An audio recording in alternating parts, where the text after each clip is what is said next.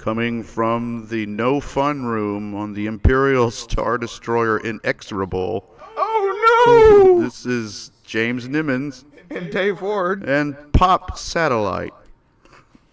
So, thank you guys. If you've listened to all the episodes thus far, you're soldiers. Yes, thank you for bearing with us. Yes, I know we have a few people that listen, and that's awesome. Please share and like our videos and subscribe and tell people to do those things so that you get the newest episodes when they come out, because we don't know what we're doing from week to week. Yeah, I think we have a pre-plan for we'll go ahead and plug this. We're going to do a music episode next week, actually. Yeah, we are planning that. We found just a number of cool bands from other parts of the world, and have fell in love, especially from Japan, and wanted to share some of them so you guys could go and check them out as well, because these bands deserve your attention. Yeah, it's just one of those let's share our obscure bands that we know about episodes. So, of course, also share your own when Right. the episode comes out, or you can share beforehand since we're talking about it now. Yeah, please share any obscure bands and links to their videos in the comments section of this video on YouTube. If you are watching it, wherever you're watching it, I'm sure the link takes you back to the original YouTube video. So just go there and talk to us in the comments section, or in the email address that we'll provide before the end of the video. So, in wrestling news, oh yeah, Roman Reigns forfeits Universal title due to leukemia diagnosis. Which sucks really That bad. sucks awful. I don't really like the character of Roman Reigns, but a lot of people do, and he's a great talent. I've seen him do his charity work, and he's just a guy that is on TV and loves his daughter. So I really heart goes out to him, because this is a shitty thing to happen when you're in the middle of a very physical sort of field like wrestling. Absolutely. You're not going to be you're not have time to be very physical and run around and get your ass kicked when you're taking chemotherapy and stuff to fight leukemia. But maybe he'll come out the other side of this and come back. That will be really sweet. What a great comeback story that'll be. So James Wan, the director for Aquaman, tells us more about this character Vulko, played by Willem Dafoe. Forgive me, I like Willem Dafoe, and I don't know why I said William. He's a shark-riding advisor to King Orm and mentor to Aquaman. And Vulko in the comics was always a part of political change. Even he set himself up as king once. That's news to me. I haven't read the comics religiously enough, but Vulko is apparently a big figure in the comics, so it's going to be cool to see him informed by Willem Dafoe. Willem. He's going to be William Dafoe from now on. You stumble over it still. Yeah, I know. Don't know why I said that. Well, He's going to get mad at me and come at me in my nightmares now with that face of his. He's still Hobgoblin, the Goblin to me. He's a great actor, so that will be interesting to watch for sure. Right. He's still. I still liked him in Spider-Man, and really liked him in Boondock Saints. Oh, absolutely. What a great actor, Willem Dafoe. So you got to write that down. So, let's see here. I've been seeing some reports floating around the interwebs that Gwyneth Paltrow leaked a couple photos that shows Pepper, her character in Iron Man, in the Armored Rescue costume, which would rock because that's actually following the comics. Yeah, that would be pretty cool, and it gives her a meteor role. She invested in that by putting up with being Pepper Potts for a couple movies, and then she got this meaty role now where she's getting some action. Yeah, I've always liked Pepper's character. Yeah, though. she's always been like, "Fuck you, Tony. I'll do what I want." Yeah, she seems the one that kind of keeps Tony's feet on the ground. Yeah, she's like, but smack him in the head. If they do proceed with that, then that's well deserved on Gwyneth's and Pepper's character part, that they're actually following the comics for once. Right. Nightwing, speaking of comics, got shot in the head I think that's a spoiler now, but he can't remember his the last 15 years of his life, so he doesn't remember Batman, Batgirl, being part of the Bat family, and his fighting instincts are still intact. And he calls himself Rick Grayson and drives a taxi cab. I mean, like, he's aware he had another life, but he doesn't remember it. People telling him he's got another life, you know, and he's like, whatever, I'll do what I want. I'm still going to go out at night, and he puts on his same costume, but he doesn't. Gonna do it. He still calls himself Nightwing, but he's changed his name to Rick, short for Richard. People used to call me Dick.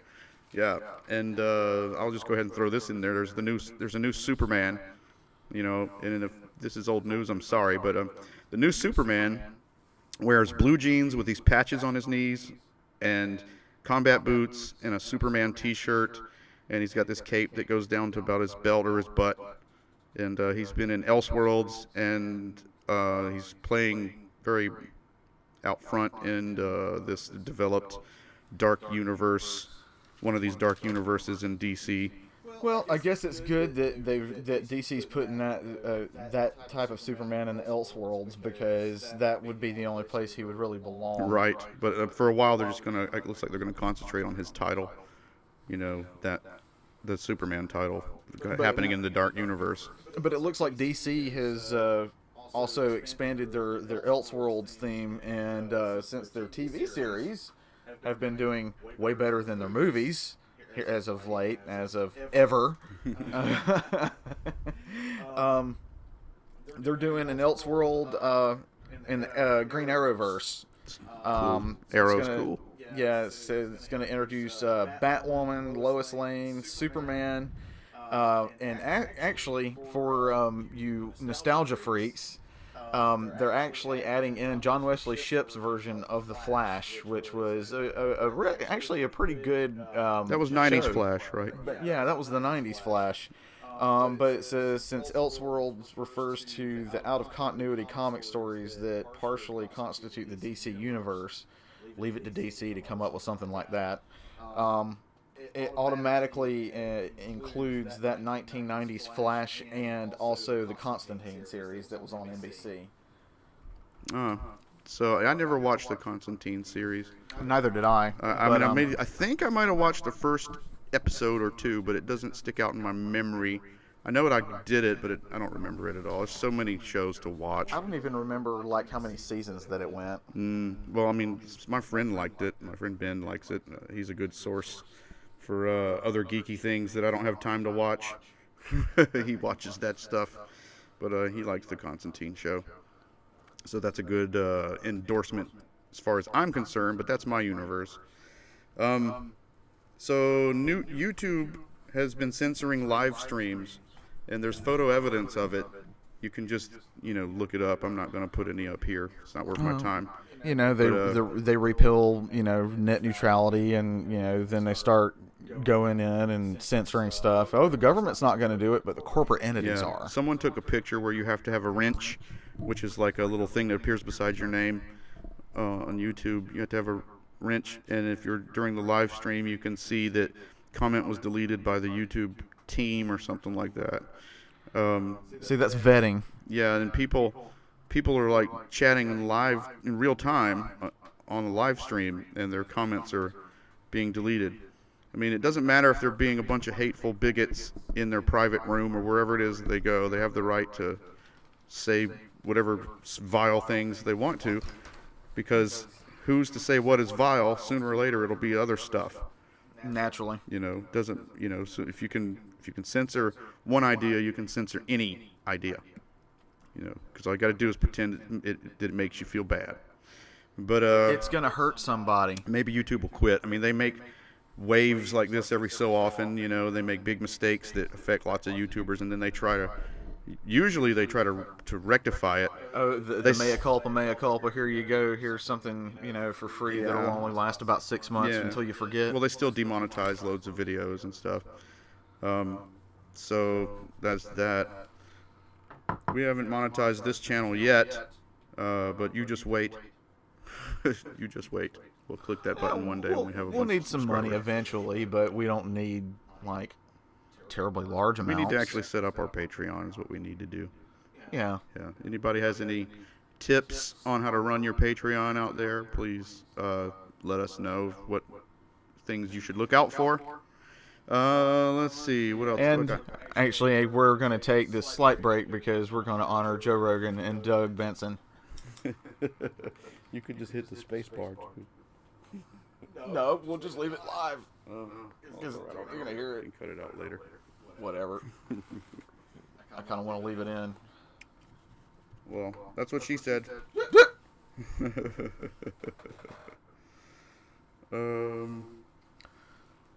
Dead space.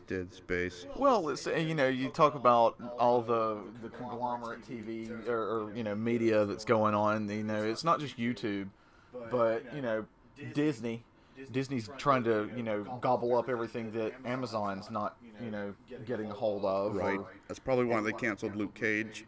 Well, okay. Here's the thing. To a platform that they own. Yeah, that's what I was The internet's about the to. next wave, right? And that's why a lot of YouTube stuff's happening too. Just because the big networks are going to come to YouTube. Yeah, I mean they're starting to recognize that things like Netflix and Hulu and stuff like that that started the game just basically just opened a floodgate pretty much. So pertaining to that, because I think this is a really good tie-in, and there's actually been a lot of speculation about this as well. So Netflix announced like a couple days right after the canceling of Luke Cage and Iron Fist that they're sinking like $2 billion investing in more original programming.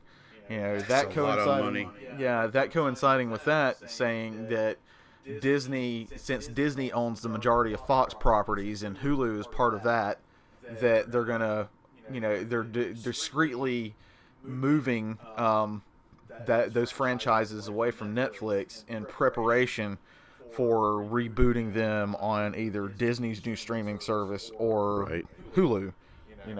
Right. So there's like that theory. They could not come back with the show as Luke Cage. They could come back and call it Power Man. Right. Or they could do that. Power Man and Iron Fist. Yeah. That'd be great. So Detectives at large. Yeah, so you got that, and then you still got Jessica Jones and Daredevil hanging on. This season of Daredevil is looking pretty good. I'm a couple episodes in, and it's pretty. How many pretty seasons fantastic. of that show are there? This is the third season. Dang, I got a lot of Daredevil to catch up on. Oh yeah, I mean it's I never fantastic. watched The Punisher either, and you showed me clips from that, and I was like, whoa. That's the other one I'm kind of worried about because the Punisher seems to have a really good home on Netflix because of the graphic material that encompasses the Punisher. It'd be on HBO too. Well, it could be, but on HBO. you're talking about Disney and they're gobbling up of other stuff, and I don't think they own HBO. There isn't a Disney version of like HBO, Showtime, Cinemax. No, Even though they have movie companies that make that kind of stuff. DreamWorks. Yes, DreamWorks, which is isn't that the people doing She-Ra? Yeah. DreamWorks Animation. Yeah. Anyway, if you want to know what I think about She-Ra, just go back in an episode. Well, one good thing that that Netflix has already done that I took particular interest in because I'm a very big Matt Groening fan, as I know you are. They have ordered 20 new episodes of Disenchantment. Oh man, I've only seen the first episode of that, and it's so very good. good. Yes. So good. That's one of the best Groening shows to come out. I mean, they're all fantastic. I love the little demon. All the cartoons are fantastic. I've loved them ever since The Simpsons come out. Futurama, just oh my god, Bender's my favorite character for sure. What kind of demon misfit is this though? Like, okay, if you've not watched it, I think the first episode's entitled "An Elf Princess and an elf, a princess, and a demon walk into a bar," and so there's this like bright-eyed, naive elf, like a Santa's elf. He's a little guy. And then there's this princess, and she was cursed, and part of her curse was this demon was part of her like damnation. But the demon kind of feels sorry for her and helps her out. So he's like not doing his job very well. Well, I mean, it's typical Matt Groening all the way, down to the animation, the vocals, and it's still a lot of the tons same fun. people from voice actors from his other stuff, like Tress McNeil and the guy that does the voice of Kif Kroker. And, Yeah, I mean, you've got a lot of familiar voices doing it. You've got the familiar Grainig style animation, which has never been, has never taken itself seriously, which is great. I mean, that's been one of the attributes of what he does. But yeah, if you haven't checked it out, Disenchantment's just hilarious. Yeah, let's check that stuff out. Not to endorse Netflix for free, but yeah, you should watch that. Oh, come on. Like, if you don't have Netflix, you're going to have something else. But, still, we're going to watch something, we're going to plug it, because that's the stuff that actually deserves attention. True. That's worth watching. Here's some sad news. Most of you might not know the name James Karen. Oh, no. But you might recognize him from some of his work, specifically you horror fans out there, from Return of the Living Dead, where he played Frank, the medical supply foreman who doomed the human race by slapping a barrel on the side and waking up zombies. Oh, yeah. But in Return of the Living Dead, that's what I recognize. That's the first role I ever saw him in. I think it was me, too. But he was in Golden Girls, and he was 94 when he died just the other day. He's been in over 200 movies and TV projects. He's worked with giants like Carl Malden and Buster friggin' Keaton, who was godfather to one of his kids. Because he started when he was young. Right. He was on MASH for TV. He was on MASH, Dallas, Seinfeld, Matlock, American Dad, Larry Sanders, where he played the network president Sheldon, who was always, threatening to cancel Larry's show. He was on Golden Girls, Cheers, Who's the Boss. And in movies, some of the movies he was in was Mulholland Drive, Wall Street, Nixon, Any Given Sunday. In Poltergeist, he's the guy that sold them the fucking house, the real estate guy. Oh, yeah. Strong construction. Herbie the Love Bug he did right about that time. And Quincy, M.E., medical examiner, for you people who haven't watched Quincy. Yeah, that's one of those 80s things for all you kids out there. Yeah, but he doomed the human race and by being bumbling Frank. And due to some interview, he had admitted that he wanted to sacrifice himself in the movie instead of turning into a zombie so that he wouldn't have to be in the rain at the end of the movie, the finale. Oh, God. But he said it was the most fun he ever had making a movie. And if you want to see something that he's been in recently, there's a horror movie that came out recently called Cynthia. I don't know if it was this year or last year, but I'm going to be looking that up, and we'll probably do a review of Cynthia. Sounds like a plan. Yeah, so rest in peace, James Karen. You entertained the world. And yeah, that's all I got to say about that bit. Well, this is a good interlude to something Mark Hamill has revealed that's kind of been controversial. What's that? Oh, it's like a new detail or like a new spin on Luke's death. So apparently what Hamill spins on it is that he dies by succumbing to the Force itself. He apparently projects his image on the planet Crate to fool Kylo Ren's forces enough for him to escape on the Millennium Falcon, but no one knows at the time that it's just him projecting his image. But basically, after that happens, he ends up just succumbing to the exertion and age and becomes one with the Force. So, well, he's not that old. He's not 900 years old. He's not that old. So, but he's not Yoda either. He hasn't used the Force to keep himself alive either. No, he aged a lot. But, whatever. I mean, it's not impossible to see. He's telling himself whatever he has to deal with the guilt of being associated with such a project.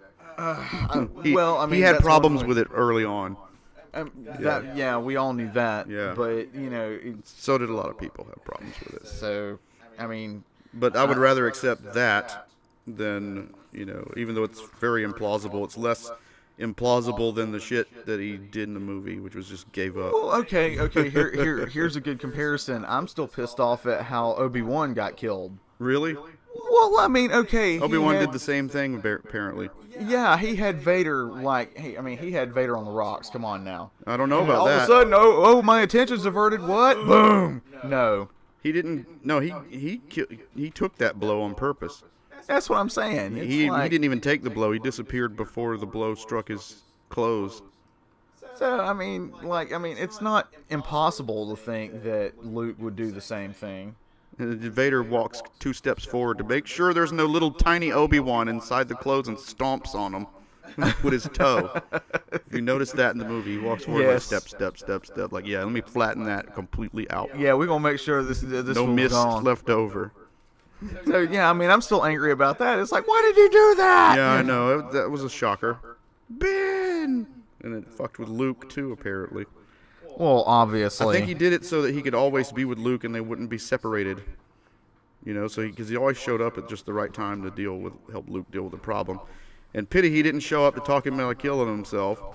Luke, you don't need to do what I did. You know, something like that. Because Luke would have been a valuable asset against fucking Kylo Ren. Well, obviously, I mean, that's how he died, was projecting his image onto the Falcon to get the Falcon out of there. And he barely taught Rey anything. You know, how long was she with him? A few days. I don't even know. He was apparently with Yoda for months. I haven't followed enough because I mean, after that middle 3 set of movies, I was just like, Well, I made myself watch The Last Jedi. It took me 2 tries. I stopped in the middle because I was fucking just like, ugh. And then we have a cat in the room, everybody. yeah, she's like running around. So, but the studio Space cat. the studio cat, yeah. She's a space cat.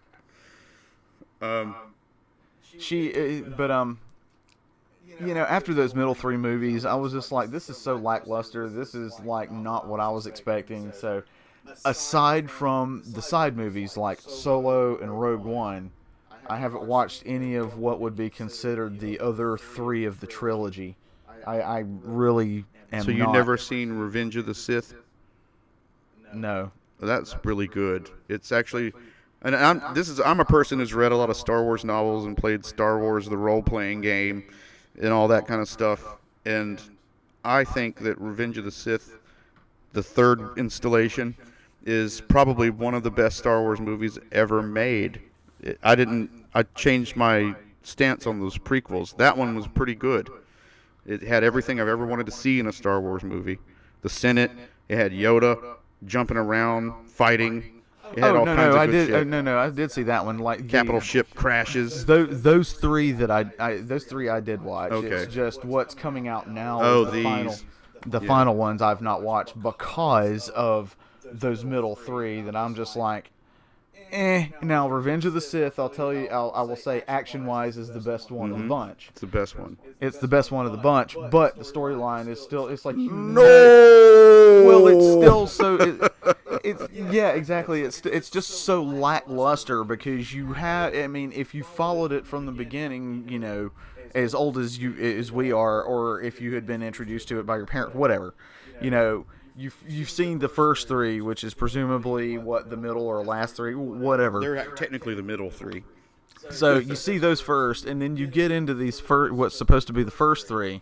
You already have an idea of what's going to go on, what's going to happen, and by the Revenge of the Sith at the end, when he becomes Vader, it's like, well, we didn't see that one coming. Well, we just wanted to see the journey there. And somebody, I think it's a comic or it's a novel out there that covers what Vader did between the time of taking the suit and Star Wars. So, you know, A New Hope, Star Wars A New Hope. So, like, basically his career of wiping Jedi out across the galaxy and doing the Emperor's bidding. It started out with the Emperor telling him how to get a new lightsaber. And, or no, it wasn't a lightsaber. He put him on a planet and said, these dudes stole your ship. I had a ship for you to use, but these people stole it. And he's like, go out there and take your ship back without a lightsaber. And so Vader was alone on this planet, and he, you know, got his ship back, of course. And then the Emperor told him why lightsabers are red, like what's the difference between a red lightsaber and a regular lightsaber. Right. And it's that they use a kyber crystal, which are alive and feel feelings. And you just put all your pain into the kyber crystal until it gives up and the lightsaber turns red because the crystal's bleeding. So I was like, whoa, that's Wow. fucking metal. That I didn't know. Yeah, I saw that when I was researching just other day, just looking up some stuff about Vader, just for fun, And I came across some comics and stuff online, and yeah, that was from a comic book. I couldn't tell you what it is. Just look for, if you're out there looking mindlessly through Star Wars comics, then you should be having fun. But yeah, that's one where Vader's like, it's all about Vader during the time of him serving the Emperor. Well, if they did like either a movie like that, or if they even did, They'll never do a movie based on great material. Well, not only that, I was going to say, or if somebody wanted to make a TV show out of it, even something like that. The original plan for Star Wars was a TV show. I can say the same thing about Star Trek. There are so many awesome novels that you could make into a movie, a miniseries, a one-season show. Something that would be William awesome. Shatner wrote a trilogy that's fucking epic. Anything, or Shatner, anything that Peter David has written. Yeah. So. People don't use books anymore to base movies off of. They used to do that. You used to have producers reading novels all the time and going, "Whoa, this is a great book. This will make a great movie." Yeah, this is why I question what is getting put out now so much. Aside from stuff, like... I don't want politics in my creative world. I mean, to a certain degree. Yeah. To a certain degree. You say I don't that. want blatant politics. Be subtle about it. You say that, and this is hilarious. This actually brings up a good point that I was going to say something about. The showrunner for Daredevil season 3. What's his name? Iriki Olesen. If I might be butchering that, but he apparently based Kingpin's character this season off of what Donald Trump is doing with the media and everyone at large and turning everyone against Daredevil. And I'm like, he did that in the comics. Yeah. So you're nothing new under the sun. Yeah, dummy. Just when If you you read think the you're digging at people. If you actually read the comics, then you know that's Kingpin's MO. Yeah. That's what he does to mess with Daredevil all the time. Money. Yes. That's why he's called Kingpin. That's why he wears the pimp suit. I wear the big fat pimp suit. Which Vincent D'Onofrio rocks, by the way. Yeah, he gives a great performance as Kingpin. So, yeah, dummy. Joke's on you. You still made a good show. I mean, I'm not going to take that away from you. But your SJW stunt, it kind of backfired because that's how Kingpin really is. Well, I don't have anything on my piece of paper over here.